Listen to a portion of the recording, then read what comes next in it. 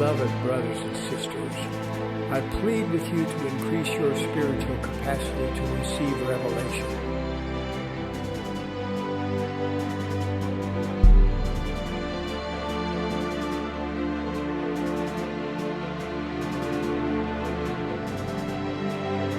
If we are to have any hope of sifting through the myriad of voices and the philosophies of men that attack truth, we must learn to receive revelation.